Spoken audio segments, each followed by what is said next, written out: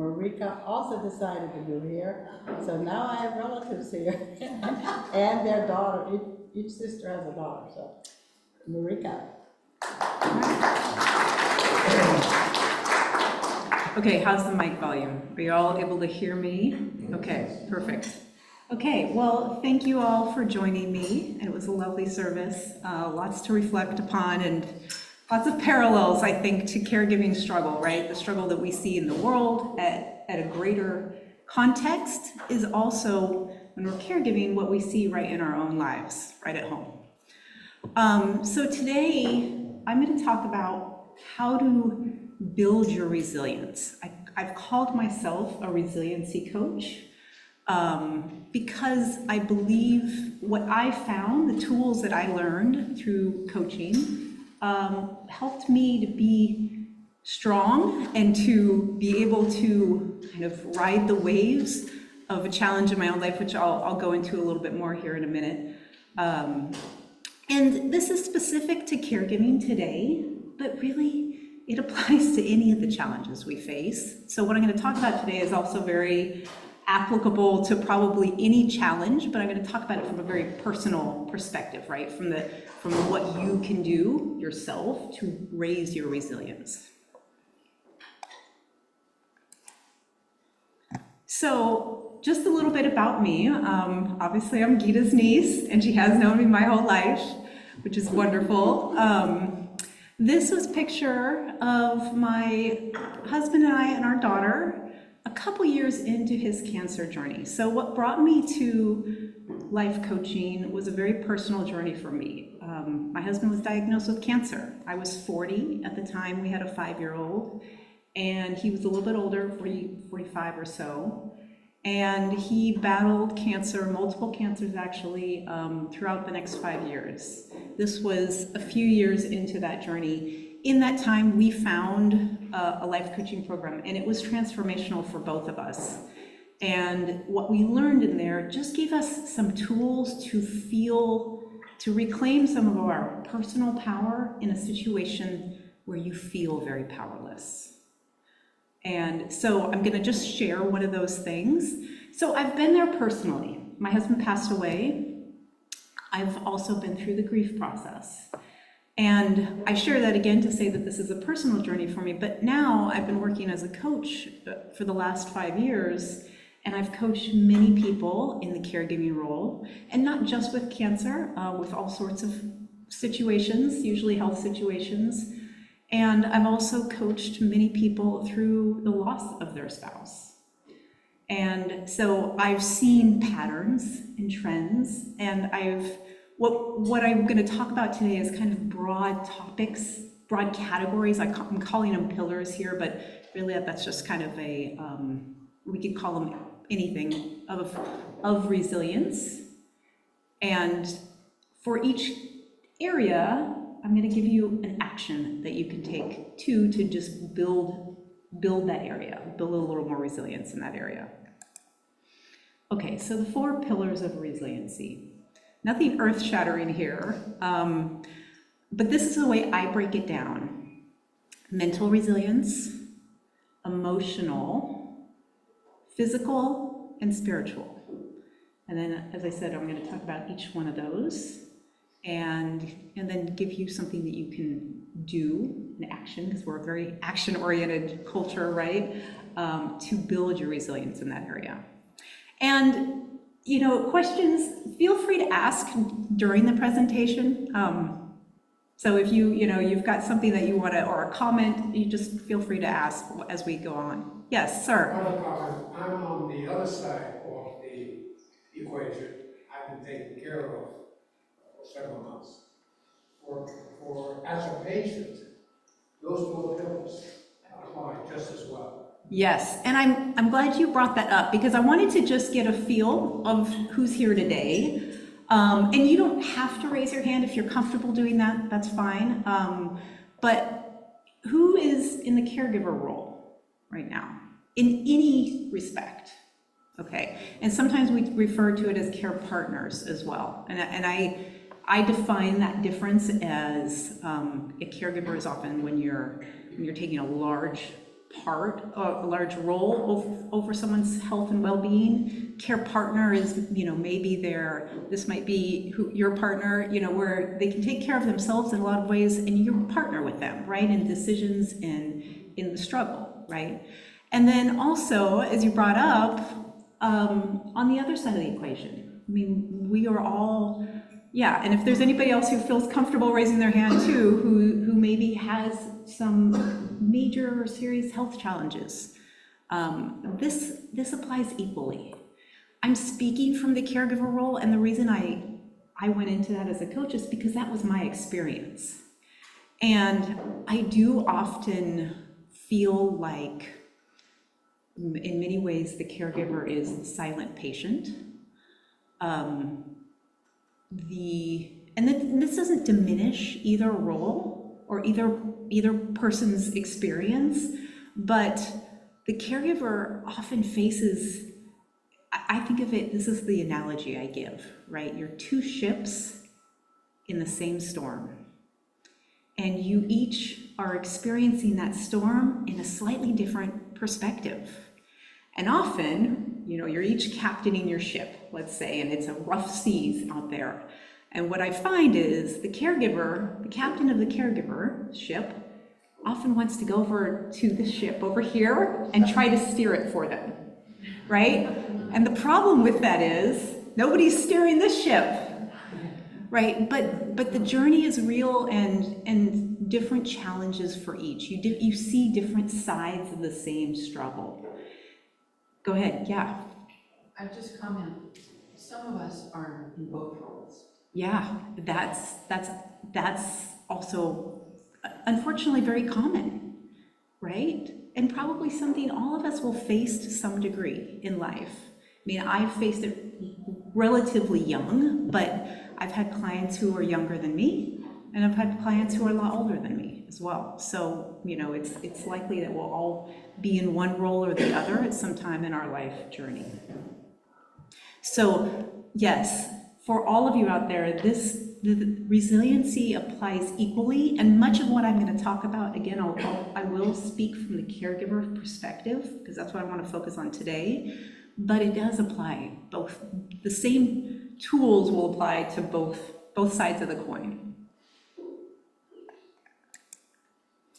Okay, so mental resiliency. So what this doesn't mean, and caregivers often think, I need to be strong. That is one of our first instinctual feelings, or thoughts, I should say, is I need to be strong for them. And it's a little bit of a myth, because we don't always feel strong. And when we try to be something that we're not genuinely feeling on the inside, people pick that up. Our partner will pick it up. But what I like to think of as mental resiliency is understanding how your thoughts will impact you and learning to pay attention to them instead of just the chatter that we kind of just accept and live within our head. Mental resilience, you can strengthen your mental resilience when you learn to start paying attention to your mental chatter. And we all have mental chatter throughout our whole lives. And when you're caregiving, a lot of that chatter will become, oftentimes, this is different for everybody, but we have a lot of negative mental chatter. So mental resilience is about learning to pay attention and bring awareness to what's going on up here, and understand that where your mind is focused will impact how you feel. Our thoughts create our feelings or generate our feelings. So mental resilience is also about learning to be, for the most part, intentional with your focus. Okay, so as I said, right, we all have this mental chatter. We've had it since we were little. And all of those, thoughts that we have, I mean, for people it's different. It's shaped, the thoughts that you will think on default are shaped by everything in your life experience. And when we're caregiving, a lot of times we have thoughts that will create fear and anxiety. Okay, and I've written some of the thoughts up here. These are really common for caregiving. You can feel very lonely. They need me to be strong. Like I said, that's a myth. Kids will be devastated. You know, fearing how your loved ones will feel or handle your partner's illness or situation. Doubt about yourself, like how am I going to get through this? All that mental chatter. And mental resilience isn't about shutting those thoughts down, because they're going to come up. Let me talk about why, okay? The reason why it's important to pay attention to what your brain offers up to you is because we have an aspect of our brain called the reticular activating system, and I am by no means, I'm going to give you a very, very layman's description of this, mostly for the purposes of explaining how it's useful to think about in this context and why our brain filters things out. So as we go through our lives and as we go through our days, we're taking in countless, tons and tons of information. And now, I mean, that's even quadrupled with all the ways that we can bring in information with this little device right here that we never leave our sides, right? And the brain, in order to not get overloaded with all the information that's available in the world as we move through our lives, our brain has to filter it. And essentially, one of the ways that it filters what we kind of take in is by what you are thinking about. What you tell it is important. Your brain knows that your name is important. So, and hearing issues aside, if you're in a busy, crowded room and somebody says your name, as long as you can hear them, you will pay attention, right? Because your brain it's going, oh, that's my name. That's important. Like, I need to pay attention. Okay, another classic example is given to explain how this works. When I first moved up here, my car was dying, essentially, and I needed a new car. And so, the first thing, I had a Nissan. I was very happy with my Nissan. So I decided I wanted to get a Nissan, but it was going to be a different model. So I had decided on a Nissan Rogue.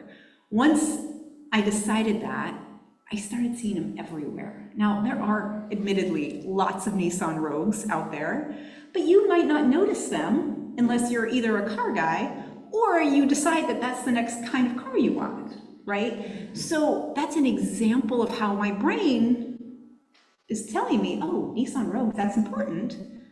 I'm going to show you where they exist in the world. This is also why gratitude works, right? So what we tell our brain to focus on is what we will find evidence for. Now, I could easily, and I use as an example, right, the world. Much of what we talked about today was about the state of the world. And it's also true there as well. And I like to bring this up in the context of caregiving because caregiving can be a really challenging journey. And when we're also taking in we're focusing on what's negative in the world, it adds weight to what's already a heavy journey.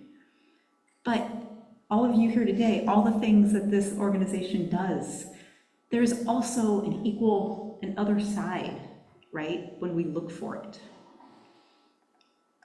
So what we focus on, we will find evidence for. And one thing I didn't talk about a little bit on here is our brain is also primed for the negative. Now this is probably, you've heard this a lot, or it's kind of more common knowledge now. We are, in order to survive, our brain has evolved to look for threats. And in caregiving, there are lots of opportunities to do that. Lots of times to look for, things that are potential problems. It's how our brain is wired. And some people have this a little more strongly than others.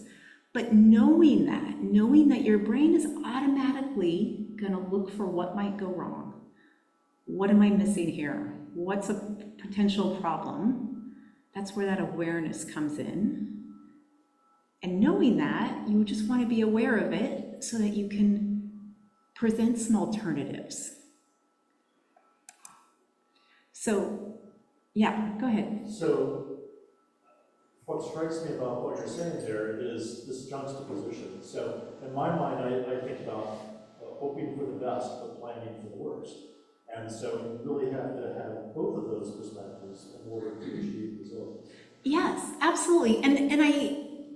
And we don't often give the other side equal hearing, equal airing. It's again, using the news as an example, right? That is not an equal presentation of the world. It's a very imbalanced presentation, pretty much no matter who you listen to or what you read. But it's showcasing one side, right? And our brain will do that as well. It will just do that automatically. It's gonna go, oh, what might be wrong? Or, what if the illness is spread? Or all the what ifs. Like that's where our brain will go automatically. So you have to be intentional and deliberate with airing the other side, with giving your mind alternatives to also consider and think about. And it just sort of balances the playing field. Okay, so you'll see on the slide, right, all of those negative thoughts, right, they've changed so much. I with illness a lot of times, and in cancer, with my own experience, it impacted my husband's body physically, how he looked, and it can be a trigger just seeing his body change. And in the picture I showed, you hadn't seen any other pictures of him, but he's very thin in that picture. Gita has seen, knew what he looked like before, and while he was pretty thin build, he didn't look that thin.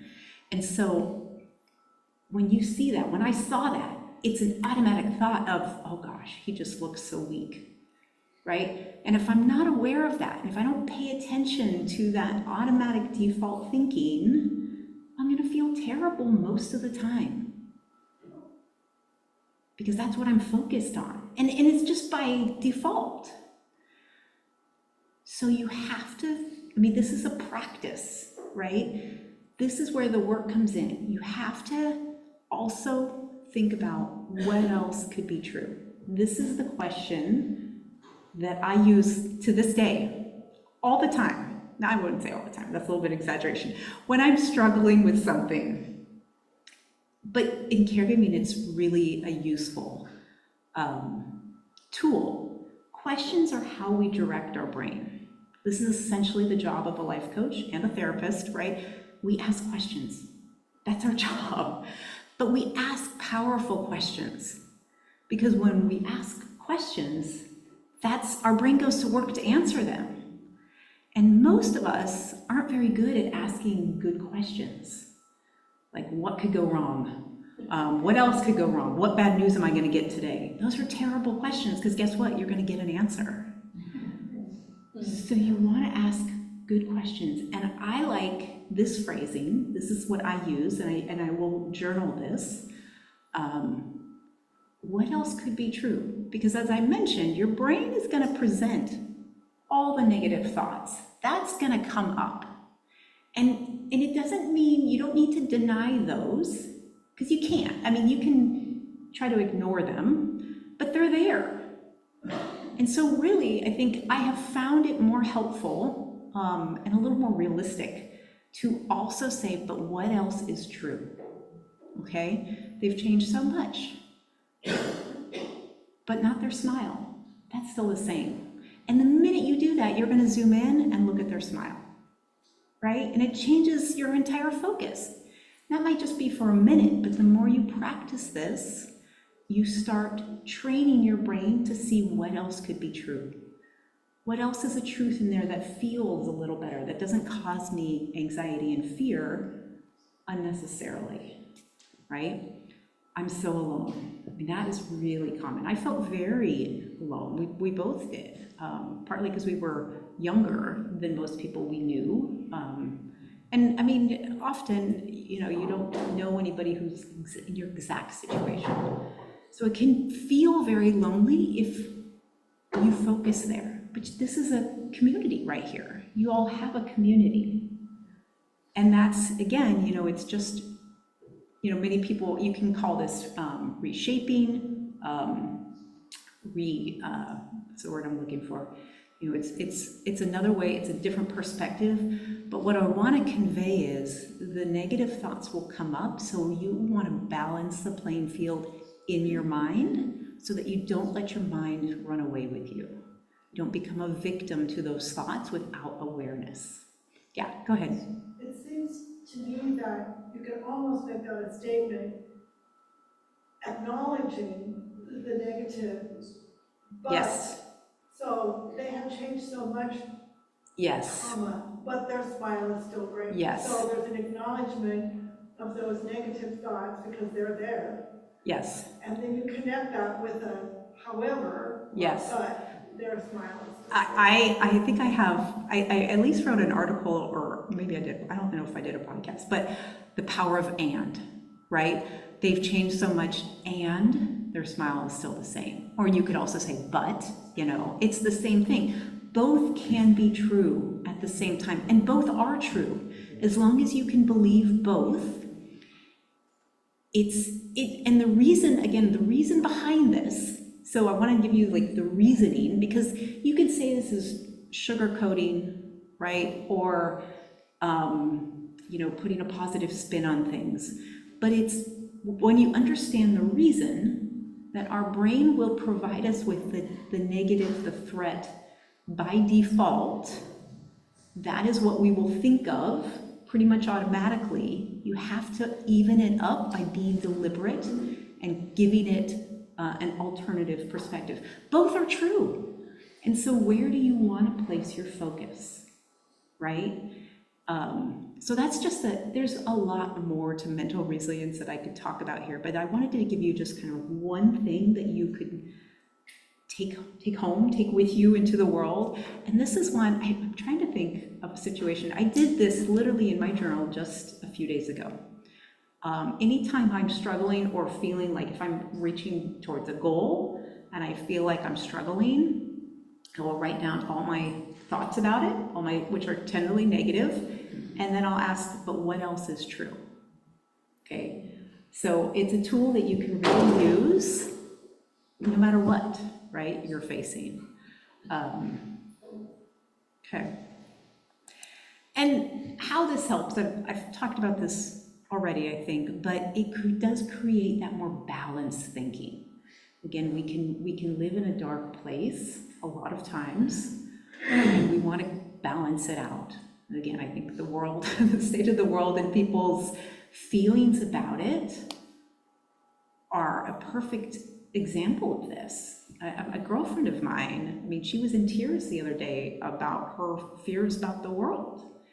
And, you know, she is just getting caught up in only that negative side. And so much of humanity is beautiful, you know, and we lose that perspective.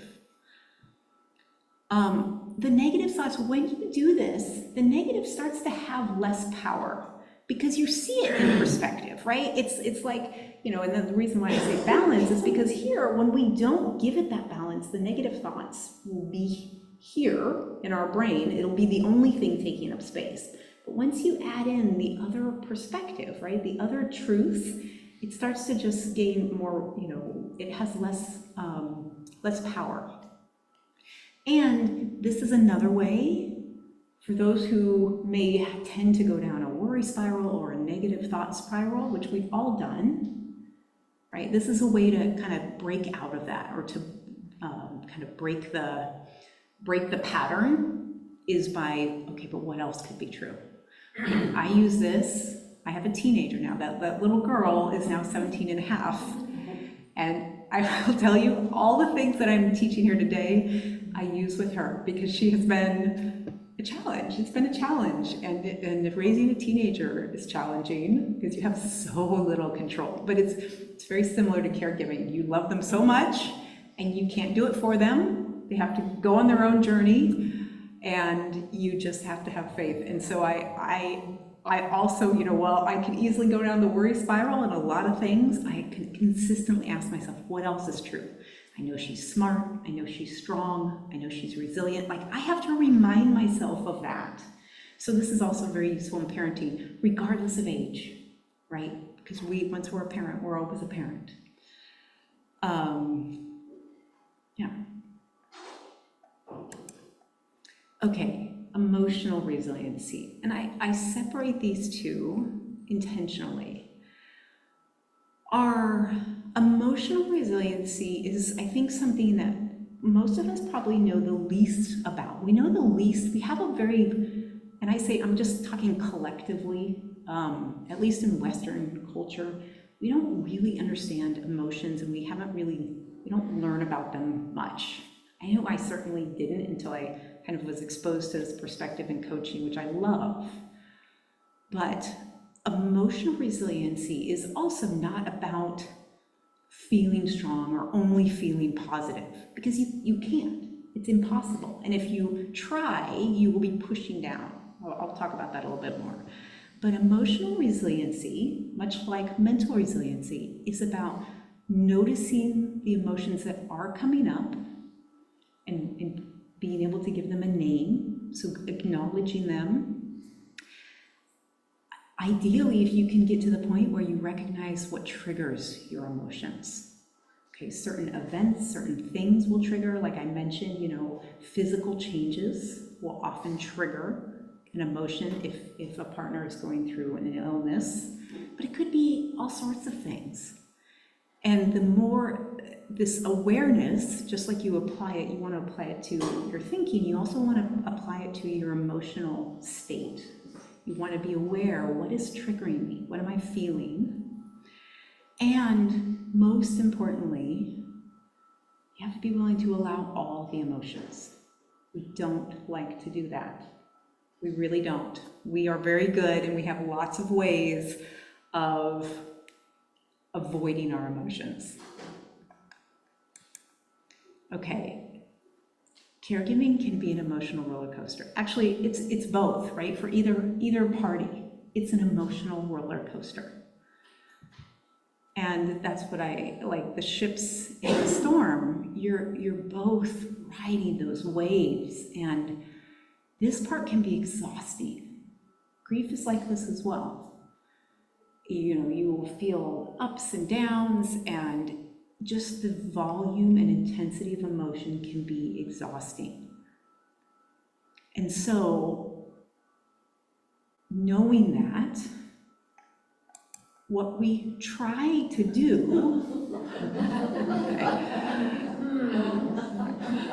I am my mother's daughter, my mother's a chocoholic, so I inherited that. What we try to do is, most of us, we try to cope with uncomfortable emotions by avoiding them. Meaning, one of the ways we do that is we numb. This is my go-to. And chocolate is chocolate, or most of the time I reach for something sweet, most of the time. There's occasional time where I go for that salty. But there's lots of ways we can numb ourselves to our emotions. Alcohol is another one. I mean, those are probably the Americans' go-tos.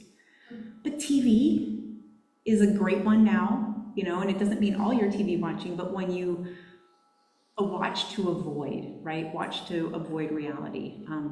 Shopping. I mean, buying things on Amazon, it gives us a momentary high. It's a way we can avoid our emotions. There's lots of ways to numb what we're feeling. Food, one of the reasons food works so well, I will talk about what emotion, like what it is in a minute here, but is because the physical feeling, and we don't just usually have one, right? We have many. We eat the whole big bowl of ice cream. Or I have eaten a carton, and I'm sure there's other people in here who might not want to admit it, but I've done that as well. It fills you up, right? You feel in your stomach no longer, you're focused on the full feeling you have and not the emotion. So it literally creates a physical feeling that helps you to numb that emotion. distracts you from it. People also resist their emotions. The common way I see this is by putting on a happy face, putting on a strong face. And I don't mean to say that you shouldn't do that sometimes, or you might want to do that sometimes. But you can, if you resist acknowledging any of the negative, what you're really doing is you're suppressing it. You're not changing that feeling. The feeling is still there, and it will lodge down deep in your body. It will hide out. This is often with grief, happens a lot. People that don't go through grief, open up to it, will experience prolonged grief because it doesn't go away. Our emotions don't go away.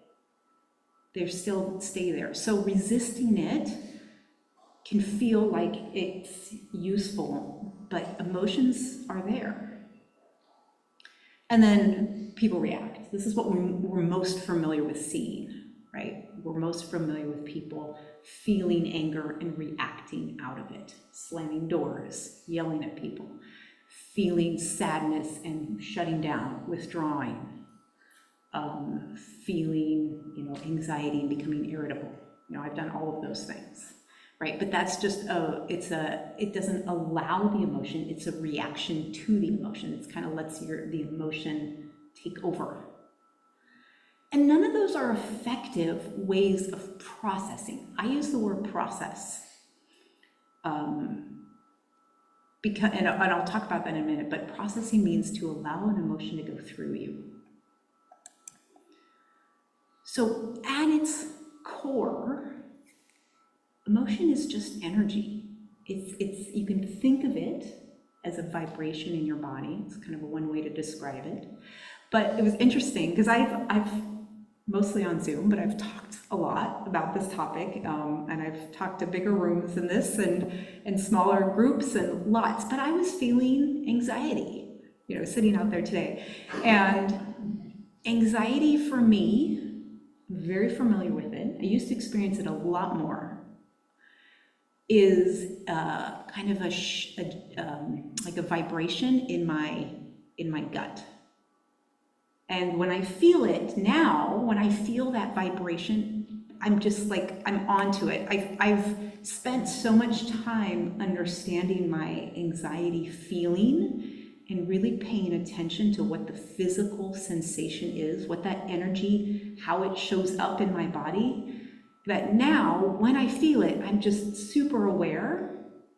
And I go through the process, which I'm gonna show you here in a minute, of acknowledging it and allowing it. And I'll tell you what I mean by allowing it. But again, so if you think of emotion as energy, right, that's why it doesn't go away, right? Energy flows, can transform, but it doesn't, it needs a place to go. And so when we try to push down emotions or suppress them or avoid them or numb ourselves to them, those emotions are still there. And often for people, they will get trapped in your body and show up as increased aches and pains, all sorts of things. Yeah. So I'm not sure if this is the same as you're resisting and reacting, but someone told me once that when you have that burst of reaction, you're angry at yourself, Yeah. anxiety, that you should develop a mental image of a box. Could be any, look at that, it has a lock, and you name what you're feeling, and you put it in that box with a lock, and then give yourself a permission to think about it the next day. And it allows you to move from that primitive brain to a more logical brain. Okay, and it was very helpful for me. It wasn't saying I can't think like that.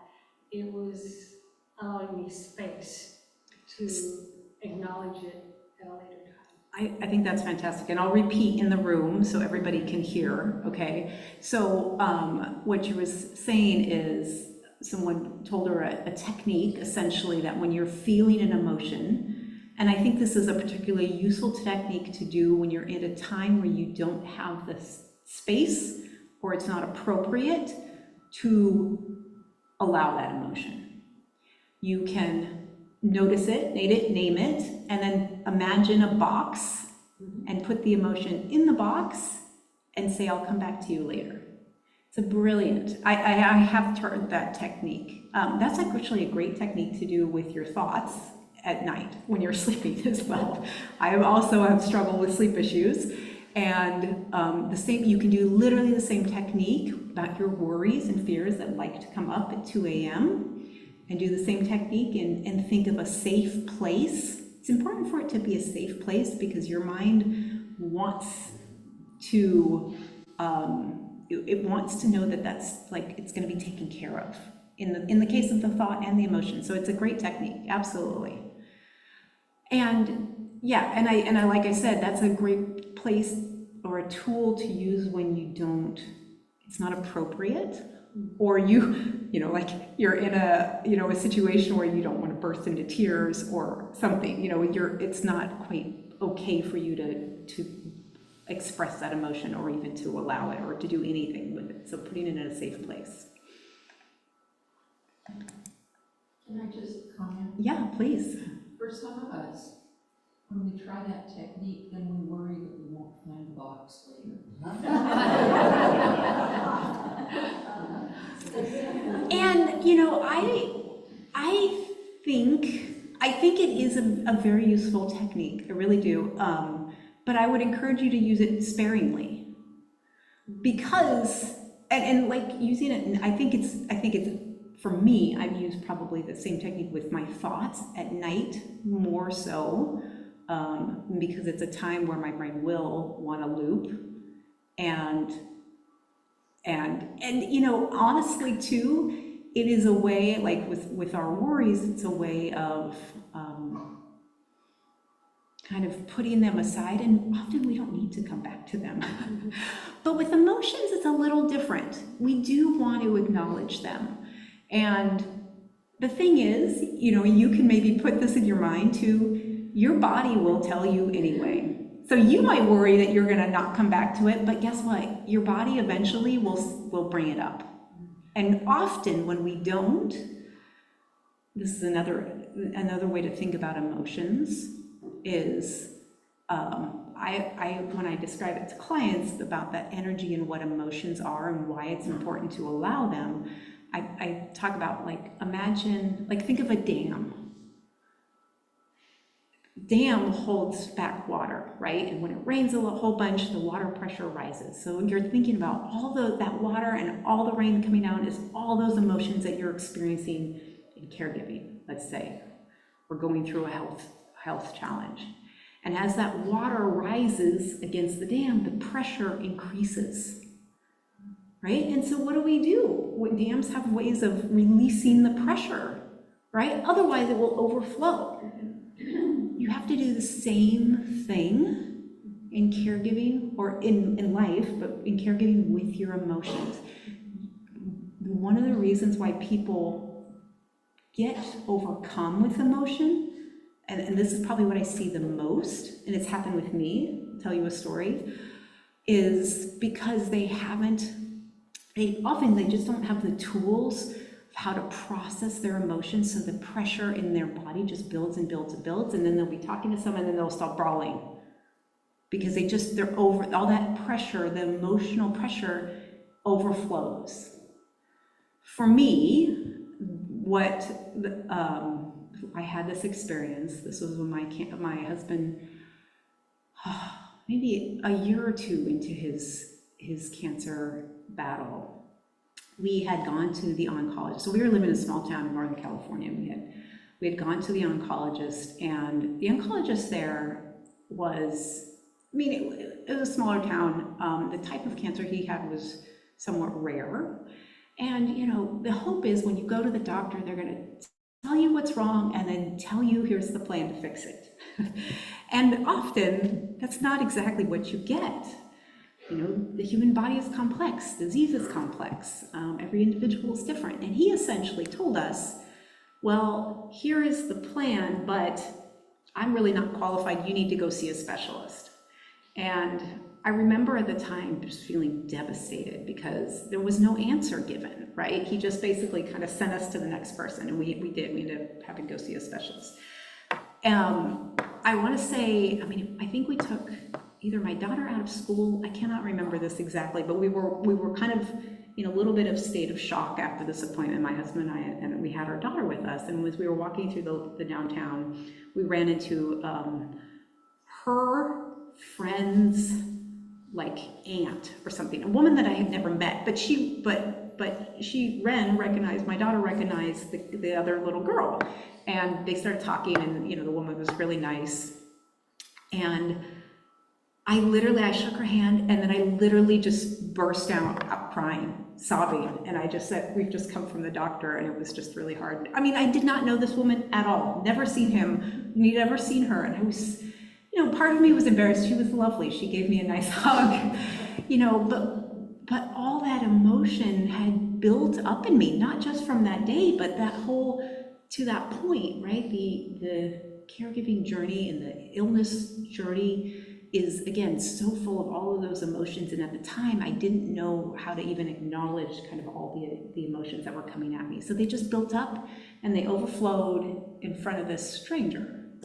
So that is what I see most often, and that's why, is because those emotions, right, they don't go away. If you are successful at pushing them down, they don't go away.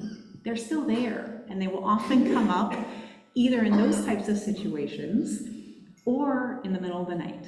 Those are the two kind of things that I have found, right? In the middle of the night when you're trying to sleep, then your brain has time and your body has time, and all of those thoughts and emotions will come up. I think my example was some kind of a work-related continuing education. Yes, So well, that makes would be sense. Inappropriate Yes. to do now. So Yes, that makes absolute sense. And yeah, go ahead. And also, the whole box idea seems to me to be particularly effective with anger, Yes, because you can do yourself and others a whole lot of damage if you immediately act on that emotion. yeah, You need to put it in the box and let it cool off a little bit and look at it the next day. That email that you're gonna send. yeah. And see the next day if you still feel the same way about it. Yeah. So what she was saying is that the box technique can be super useful with anger, and that she learned it. The other woman said that she learned it in a work context, which both of those make sense, and I would agree. And that's why emotional, mental resilience and emotional resilience really go hand in hand, because the anger comes, like especially if we're using a work context, right, from our thoughts, right? He's being a jerk, or treating whatever the thought is, right, and creates an emotion. But you can also, this is the technique that I just did out there, right, as I was feeling that anxiety, and I do this as well, is simply noticing it and naming it. Now, I will tell you that alone is huge. If you can bring practice bringing awareness to the emotion that you are experiencing and give it a name, because it requires a mental moment of focus in an observatory way. I'm noticing I feel anxiety. Like, that alone is huge, because what you've done there is created a moment of pause from reacting out of that emotion or going down some spiral or whatever your go-to technique is. Again, like for me, my reaction, if I don't do this and I'm feeling fear or anxiety or loneliness, I will be in the pantry. That's my response, right? What can I eat? What can I go eat to numb this feeling? But the minute I start to give it awareness and say, this is loneliness I'm feeling, I give myself a pause. Again, this is a skill. I can tell you it here, but it is something that has to be practiced. And then, acknowledge it. And what I mean by that is, it's okay to feel this. It's just energy in the body. When we can think of emotion in its simplest terms, is just a vibration, it's just a feeling in the body. And You can Google if you like, what is emotion, like even get a little more scientific if that's helpful for you. But even we put so much weight around emotions because of the thoughts that are associated with them. But at their core, emotions cannot hurt us. Even grief, the deepest grief, despair, they cannot hurt us. It's a sensation that we experience in our body in some way. Okay, my most recent client is one of my few male clients. His wife has breast cancer and a brain tumor, and he has been feeling, when he thinks about going home to her and all this, his blood pressure and his anxiety just goes through the roof. And he feels it in his hands and in the back of his neck and his feet. But one of the struggles, so emotion is fascinating, partly because part of what he feels is helpless. So there's all sorts of really interesting stuff about how and where we feel emotion and what parts of our body. But that helplessness, right? Like, it's interesting that his anxiety shows up in his hands, which is not uncommon either, because he feels helpless. Like, he can't do anything. He can't fix her, right? So I would really encourage you to, when you notice and name that, try to feel whatever you're feeling. Notice what you're feeling in your body that feels different. So many people, it can be like a burning, a vibration, a warmth, tingling, pressure. Acknowledge it. And this is the most important, is you have to allow it. This is the hardest part. And what that means is you can't be in a hurry to get rid of that feeling. Allowing it means letting it be there. Just letting that feeling, that anxiety feeling, because it's not going to hurt you in and of itself. You can, like this, where breathing techniques can be really helpful. Just letting it be there, and with awareness. You notice this anxiety, just going to let it be there. You will find that just doing that, amazingly, like that's how that energy will flow, is you can't resist it. When you try to push back against the water, in the rushing river, right, you're creating more pressure. But when you allow it, it's like a sieve, right? The water goes through. So when you give yourself permission to feel, and it doesn't mean react, right? It doesn't mean withdraw or burst out in anger. It just means sitting with that physical sensation. You will be amazed at how quickly it will dissipate, most of the time. Now, often will come back. Big feelings come back. And it just means that you need to do this again and again. In caregiving, the reason why this is a skill in caregiving is because of that roller coaster. Because it's a period of life where you are facing a lot of intense emotions frequently. But there's other periods of life like that as well. Grief is the same, right? There's periods of intense emotion, and not just short bursts, like getting annoyed with someone in a meeting, but prolonged periods. That's where this really becomes a skill, because you are gonna experience these emotions. And so having the skill of allowing it, that energy, being aware of it, noticing it, and just giving it a little love, and let it be there.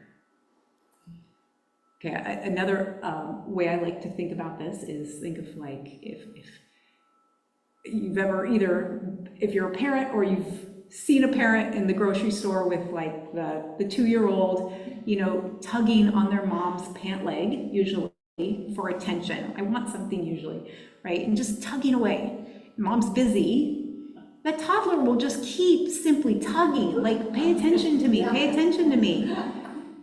And if we ignore the toddler, they're just gonna keep, tugging your pant leg. That's how emotion can be. You wanna just simply acknowledge it. What do you need, honey? My coach, she would say, she would talk to herself this way, tell me what you need, love. And she would put on a British accent. So there's lots of kind of ways you can do this. But the moment of giving conscious attention, deliberate conscious attention to a feeling is really this process at its core. And by doing that, you will be amazed. I guarantee you the next time, especially with a difficult emotion, just try that. Just give it mental attention. What am I feeling? Where do I feel it? That's kind of an extra. Not everybody. That takes some practice for some people. And I can allow this. It's okay, and I can allow this. Now, the other thing I wrote up here, because I'm a huge fan, has anybody, raise your hand if you've heard of EFT or tapping? Okay, yes, there's a few of you in here. I love tapping. If you have not heard of it, which I had not, I recommend you go Google it at some point. And tapping is a way of it's called tapping. It's called emotional freedom technique. But what you do is you actually tap on these acupressure points in the body that all correspond to the same pressure points that an acupuncturist would use, but you're just tapping. And this is it's a newer technique, like in the last couple, 30 or 40 decades, but it has been found to calm the nervous system. And it's especially, they've done tons of studies, they're continuing to do studies. It's especially helpful for PTSD, for people who've experienced PTSD. But I used it this morning. Like, what I love about it is anybody can do it.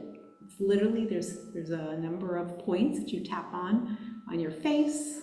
And you go through a tapping while you're feeling or thinking about whatever you're struggling with, and you tap through them. And so the connection of the cognitive focus on the struggle, not what you want to happen, like that can be a side of tapping, but in order to receive the effects of tapping, the calming effects of tapping, by focusing on, like, oh, I'm so scared, I'm so worried right now. And you tap and you think about all the things you're worried about, what might happen as you tap. And it will calm your nervous system. And it's, what I love about it is you can do it anywhere. And you can even do, I just taught my client, I'm like, you can do this in the car. This is another tapping point. I've done this in the car. You can do this in a meeting. Just tapping, this is called the karate chop point. You can tap with either hand. So if you are, like the mental box technique, this is another technique that you could do in a meeting or in a place where it's inappropriate to kind of go through any other sort of processing an emotion. I recommend just tapping on the side of your hand, either hand. Yeah. There's Question. also a manipulation you can do if you find your pulse point and massage. It's a vagal massage. Yes. And that's very relaxing. Yes. And I have heard of that as well. I have not learned that, but I have heard of that as well. So, and those are just really useful techniques. There's a number of them. And those are, both of those, what she's talking about is vagal massage, which you can probably also Google, and there's probably a YouTube video. I'm sure there's countless YouTube videos. There is of tapping. And if you are intrigued by tapping, I recommend, let's say anxiety, maybe if you struggle with anxiety, or just Google tapping for anxiety, and you will get a bunch of tapping videos, and you just follow one. They're super easy. It takes like 10 minutes at the most. And you can do the same for vagal massage. You just Google it. That is the wonderful part of the world, right? That we can information at our resources and all these how-to videos. So those are other ways, and all of those techniques, again, calms our nervous system. When clients come to me, many of them are afraid to feel. There's so much fear or sadness. This is really common with grief, but also anxiety and fear, that they're afraid if they open up to it, they will drown in it. That is a really common feeling. And part of that is because they've been holding back those emotions. They've been, most of the time, suppressing them and just pushing them down. right? Caregivers do this, I need to be strong, I can't entertain any sort of sadness or vulnerability or fear because my partner needs to be strong, which maybe has its place here and there, but the effect it does is it just suppresses those emotions and they don't go away. That is the key here. The emotions don't go away. They will just stay down and come up at the worst possible time. And then you get so built up, that pressure in the water pressure in the dam gets so intense that you're like, the dam is gonna break. And that's when a lot of people come to me, is at that point. They're at a breaking point because they haven't had the tools to do this, kind of all along. And the more intense the emotion, the longer it takes. Again, grief is probably the easiest, the most common one. Deep grief takes a while, right? Because it's an intense emotion. It's expression of our love. When we love someone deeply, we're also going to feel that emotion deeply. So they're counterpoints. So this can help, right, to allow your emotions. You want to think of it as allowing the emotion, the energy of that to flow through you. And I've talked about all this. I'm going to skip through because just to keep time. But those are the two really big ones that I think that were probably less of aspects of resilience that we think of. Physical resilience is probably what most of us are familiar with, is just taking care of our physical body as the caregiver. And again, when I think about that, it's sleep, diet, and movement. It's not necessarily the time to go set any personal fitness goals, but you do need to take care of kind of the three big aspects of health. Because when caregivers often, and like sometimes you're a caregiver and you're also experiencing health, I've had many clients with that, health issues of their own, they will exacerbate, the stress can exacerbate your own health conditions. So it impacts your sleep. We tend to move towards our comfort foods more frequently. We have less time to exercise, right? That, I call it caregiver survival mode, right? We just get into just trying to get by and we can easily neglect our health. But we all know, right? This is, again, nothing new here, but that kind of doesn't serve anybody, doesn't serve ourselves, but we're also not able to show up as a caregiver for our partner either. So when we do that, we neglect both ourselves and how we'd like to show up for our partner. The action here is a mental one, and it's a mindset. It really comes down to telling yourself, this is important, my health is important. And there's a lot of time, I think my role as a coach for caregivers is often just to tell them that this is important. Like, I tell them what they already know, but sometimes being told it by somebody else who with, like authority, it's like when your doctor says, no, you better take care of it, you need to stop smoking or whatever. When someone tells us, no, you need to do this is important, we're like, oh, okay, it's not just me. But it is critically important because our physical body is how we sustain. So all the other tools in the toolbox are great, but if your health and you're struggling physically or just, you're exhausted, you won't be able to do those tools. You won't have the energy to create a mental box, to give yourself a moment of pause, to notice your feelings. It all comes back. Really, this is one of the foundational ones. So your physical health, right? But I find that what caregivers struggle with most is making it a priority, believing that it's important. And again, it helps by deciding that your health is important is what allows you to sustain. Caregiving is often also can be a long journey.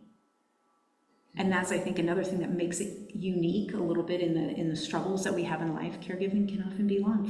For my husband and me, it was a period of 5 years. Now, that was an up and down 5 years, right? And there was incredibly intense periods and other periods where life kind of seemed back to normal. But that was a long time to have a shadow of disease. And I've worked with clients twice as long, 3 times as long, Some illnesses are, you know, degenerative. I mean, there's all the things, right? We all know all the things, all the situations are out there. So that's where these skills are really important, because this can be a long period of time in your life, and you want to be able to be the most resilient through it. And that's what keeps you from burning out, right? That's one of the biggest keys of that physical resilience, taking care of your own body and making that a priority. And I get, sometimes you have to balance that. You know, it depends. Like if you're working, that's often very hard for people to do, but it is important. If you have a little more time, it can make it a little easier. But there's ways. It starts though with knowing in your mind that it's important. Okay, and the last one, spiritual resilience. And when I teach this, I teach it from this perspective of connecting with yourself and the world around you, maintaining that connection, really. And so it's kind of a catch-all category of the other aspect that brings us, that is part of how we live, how we maintain our resilience. We need a connection to ourself and to others. And what I find in caregiving is many people often lose connection with themselves. And I think this can happen in particularly relationships where you've been with the other person for a long time, decades, right? You are a union. And if you think of like a Venn diagram, which I thought about afterward, and I don't have an image of it, but a Venn diagram with like two circles, right? Two individuals or two circles. And a nice Venn diagram, those two circles overlap and there's this little place in the middle. Caregiving, though, can often become where you're completely overlapped. And that's what you want to avoid, because you will lose connection to yourself. So we want that nice overlap. Just a little bit, right? And how, and why that's important, for one, too, like this was something I thought through grief. I didn't marry until I was 29, and I had been single before that, and when I lost my husband, of course I was a parent there, but I really struggled. I thought that my adjusting to being a solo in the world again would be easier because I married later, and I had like lived many adult years on my own, but I really struggled because I was part of a pair, and I struggled to find myself again. We had the shows that we liked to watch together, and the things that we did. You know, we had a strong, good marriage. We had lots of things in common. Now that's going to differ for every person, but I had to reconnect to just little things like, what do I want to watch on TV? I mean, that seems silly, you know, but when you're used to being part of a pair, those are things that you do together and often. And I think in caregiving, this can happen, and often can happen gradually. Maybe you can't, you know, maybe you used to go to a walk together. Maybe your partner isn't able to walk, you know, so you stop doing that.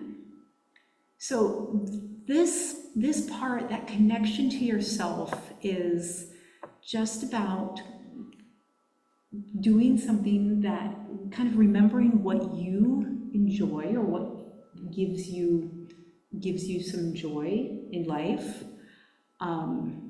Gratitude is another tool here as well, and keeping connection with others. I want to talk about this a little bit more. I've kind of already talked about this.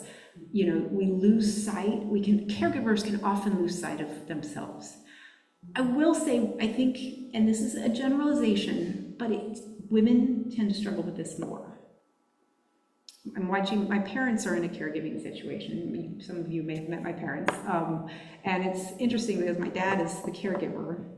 And I have noticed that he handles things differently than I did when I was in this situation. Just like I think men in general are able to continue doing things separately a little more easier than women. Women tend to, we're used to kind of putting others first. So I just bring that up because I think it's a bigger challenge for women, especially to maintain their own things that bring them joy can really be hard in caregiving. Because then you have all the excuses, like somebody needs you, and they genuinely need you, right? Genuinely. But these are the thought errors. I call them thought errors, right? Because they're just thoughts we have that we will fall into the trap of believing. I felt all of these. I thought all of these, right? I felt guilty doing anything for myself. You know, another one that I get often from people is like fear of loss, which is, of course, right? Like, but I had one client, like, she was fascinating. Two physicians. She was a pediatrician. I don't remember what kind of doctor he was. And she was like, they had grown kids, and she was a successful, you know, woman in her own right, but she just didn't know how she was going to survive his loss, you know? And I mean, those are very real fears that we have in caregiving, because our mind starts going to that place. So that's when it's really important to recognize, see the thoughts, and also start just building that connection with yourself again and with others. Okay, so, you know, the tasks here are, again, I think ones that we're very familiar with, but they bear repeating and they're a good reminder. Having a hobby, I mean, even like whether it's your daily walk or your yoga routine, or with the most recent client, he goes climbing actually, and does rock climbing, and he's like, that's the only place I can feel mental peace, which makes sense, because when your life, like your life is hanging by your fingers, your brain is completely focused on just the next handhold, you know? So that's what he does. I mean, those types of things, you need at least something. And it might have to be something new, but it could be reading, you know, for a half an hour. It needs to be something that is for you, that brings you some joy. Friendships. This is another one too that I will see with caregivers as well, is it can be isolating, and we can isolate ourselves. I have this with a client I've had for a long time. She just felt, and she's probably a little younger than me actually, and she's like, my friends don't get it. They don't. I know she had her husband, he actually recently passed away, but you know, they don't get it. I mean, that can be really hard and feel very isolating. So you want to isolate yourself from that feeling of loneliness, but you don't always. People all understand struggle, and connections are still important. Just being here, right? You all coming here every Sunday is connecting with people. That's really, really important. We all know that's important as we age, you know, but connection is important for our resilience, maintaining our connections with people. And gratitude. Gratitude, why it works. We all know about gratitude. It's one of the most talked about, I think, but is because of our reticular activating system. When you start focusing on and telling your brain to look for something to appreciate, your brain will filter the world and find those things for you. It's amazing. And the more you do that, you're essentially training your brain. You're telling your reticular activating system, that's important to me. So give me more evidence or more examples of what I can appreciate. This is something I struggled with for a long time. I really struggled with gratitude. People, I mean, everybody knows, like, this is one of those things. It's just like our health and diet, right? We all know what to do. We struggle to do it, right? And that's how I felt about gratitude. I knew I should be, practice gratitude, but it felt a little like I was just resistant. But now it's something I do now. I've made a practice. It took me a long time to get here though. I incorporated in some meditation, and I think about 3 aspects of my life that I am grateful for. And one is my body, because I have seen with my mother, her body has just some amazing physical challenges. And it's, as I age, and we all, our bodies, age, right? And I hope I have my dad and Gita's genes because they're amazing. But I'm just very appreciative of my physical body. And I take care of it and I work towards it, but I also want to appreciate it. I appreciate my joints. I appreciate, you know,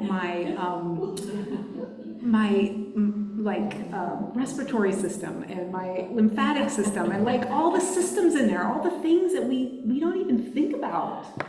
Our heart that beats for us, you know, the blood that pumps the blood throughout our bodies. Like, I want to have a strong, healthy body for as long as I can, and I also want to appreciate the body I have right now.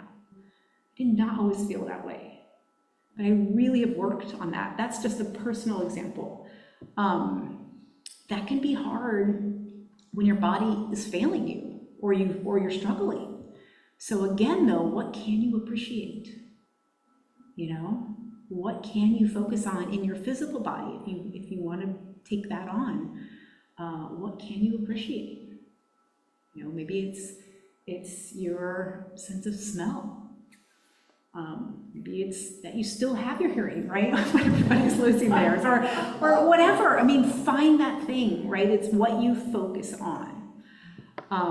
So that's something, that's just kind of my little journey with gratitude. But it's something that I have noticed helps me feel better on a daily basis.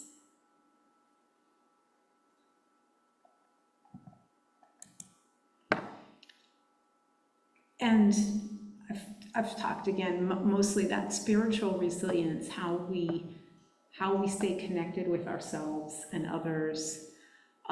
It helps us be present when we do that. Gratitude is one way of bringing presence to the present moment. Our connections deepen our experience, right? We all recognize that we're humans going through the world. One of the things I do, so I'm starting a new job tomorrow, and I just went through a round of interviews, and the last one was an in-person panel interview. And one of the techniques that I use for myself is I remind myself, they're just people.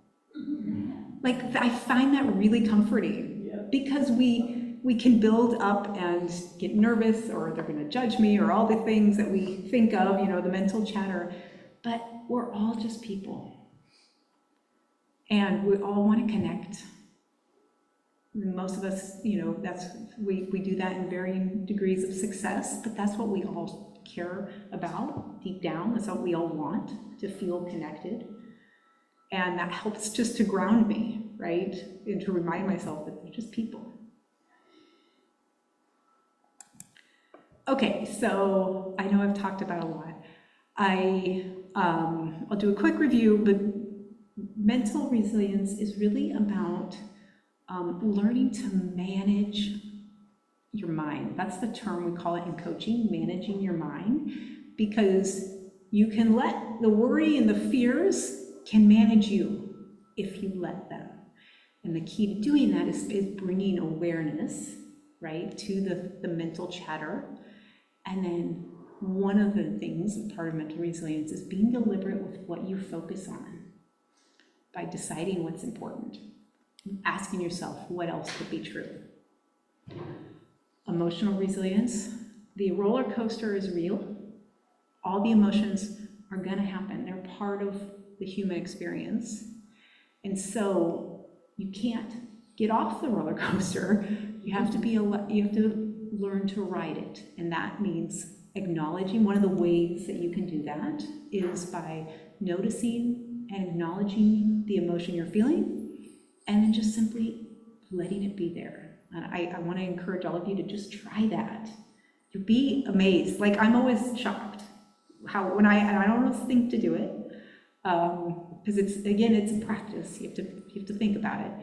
But I'm just always amazed because I have found, I think it's instinctual for us to want to push our emotions away. So it's something you have to really bring conscious thought to, and then the more you do that, just like every other habit, the easier it gets. But it is, I think, something that's not natural for us to do, or it's kind of natural for us to want to avoid and numb. Physical resilience, really having the mindset that your health is important. And then spiritual resilience, that connection with yourself and others is important to maintain through caregiving. Okay, any questions or any comments? Yeah, go ahead. You know, sometimes you're talking about recognizing your own emotions and identifying them, and also about friendships. And it struck me that sometimes what happens is you might do that process but not share it with, family or friends, and then they're left just guessing how to relate to you. And one gift you give to yourself and others is by communicating to significant people in your lives where you're at, what you're thinking, what you're feeling, so that they, and even going so far as to say what you need from them is a gift to them and to yourself. Yeah, absolutely. And, there's so many other aspects of caregiving that I didn't talk about here. I didn't really talk in any part really about your partner and how you interact with them. How do you support them? I really focused on you as the caregiver and your resilience. And partly because when you do this, when you maintain those, you're able to show up in those ways. You're able, and the point she brought up is like that, the importance of when you also have that emotional resilience or emotional awareness yourself, giving the gift to others to share it, especially with the ones that care about you and want to support you, you're going to be able to do that better because one, you're aware, this is what I'm feeling. I'm feeling a lot of anxiety right now because we've got this doctor's appointment on Monday and I'm just worried what they're going to say. And like she said, if you didn't hear, you can share with others and tell them how they can support you. And for most people too, I would say it's the most of the support that caregivers need is just to listen. We call it in coaching, we call it holding space. Letting someone be where they are and just being there for them. Not trying to fix it for them, not trying to solve it for them. And that's true of our partner too, right? We want to fix and solve. But yeah, it's absolutely a great point to bring up is the importance of sharing with others where you are emotionally. And you'll only be able to do that if you bring awareness and know what you're experiencing. And then you can ask for it, right? Ask for the support you need. Thank you. That's fantastic. Yeah. I just would like to share quickly. We have a daughter who is now 44 who is profoundly deaf and has autism. And we lost all of our friends when she was diagnosed as deaf. And I started the Washington State Society for Deaf Children, but it was because there was this whole group of parents of deaf kids, and everybody deserted them. And I thought at the time, I wish we had handouts to give to friends and family of family units that have deaf kids. Here's how to relate to them, here's what to do. And I think it's the same thing, is that it's really nice to be able to say, here is what I need from you. Yes. Here is how you can be supported, because I think people just don't know. People don't know. And the same is also true in grief as well, right? We don't know what to say. We want to say something, as if whatever we could say is somehow going to change anything. It doesn't, right? In your experience, people didn't know how to relate, right? They don't know what so they feel uncomfortable, so the easiest thing to do is avoid. And there's a wonderful poem that somebody shared with me about caregiving specifically, and it was about how to support. If I can find it, I'll send it to you, and maybe you can send it out for anybody who's interested. But I think that's really helpful. People don't know how to respond, and often people will avoid you when they don't know what to do. And another thing I recommend, actually, for caregivers is finding, I call it a proxy. Someone who can communicate to your friends and family on your behalf. So someone that you can talk to and say, oh my gosh, like for me, one of the things that, and I fortunately had a close friend, but she's like, wow, what do you need? How can I help? You know, and she lived a couple towns away, but like, our house is a disaster. I had no energy to clean it. And she hired a housekeeper for me.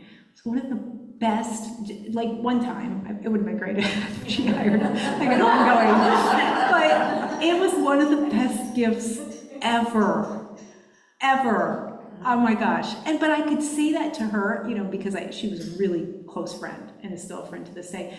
But if you have a proxy, someone who can communicate to your connections and friends and family on your behalf, and then you can often tell, this is how you can support them, or this is how you can, you know, this is what they need. You know, sometimes we just want a distraction as a caregiver, right? We want to go out with our friends and not think about it. But people won't know that unless we tell them.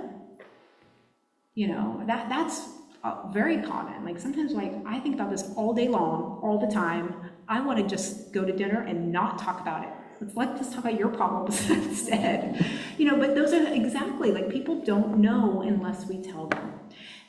But that also requires though that you have to know yourself, right? And oftentimes we don't. We're afraid of burdening others. We're afraid of plunking our worries onto their plate. And I always tell people, well, you can do that. But when you learn to manage your own mind and your own emotions, then there's a difference between sharing and giving someone your burdens, right? And so the resilience has to happen it's an inside job.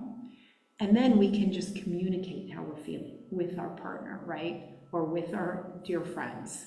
This is what I'm struggling with. And I'm managing, however, you know, I'd love, you know, to meet for coffee and just so I can kind of, you know, just unload or whatever. I'm telling people you don't need to say anything or you don't need to fix anything. I just need to vent or something, you know. But yeah, thank you. I think the pamphlet would have been a great idea. That's fantastic. Yeah. And how wonderful to create an environment for people to come together who were all felt so alone, you know? That's amazing. Okay, I know we're just about a little past time, actually, so I'm happy to stay here and answer any questions if anybody wants to come up afterward, but yeah, thank you all for having me.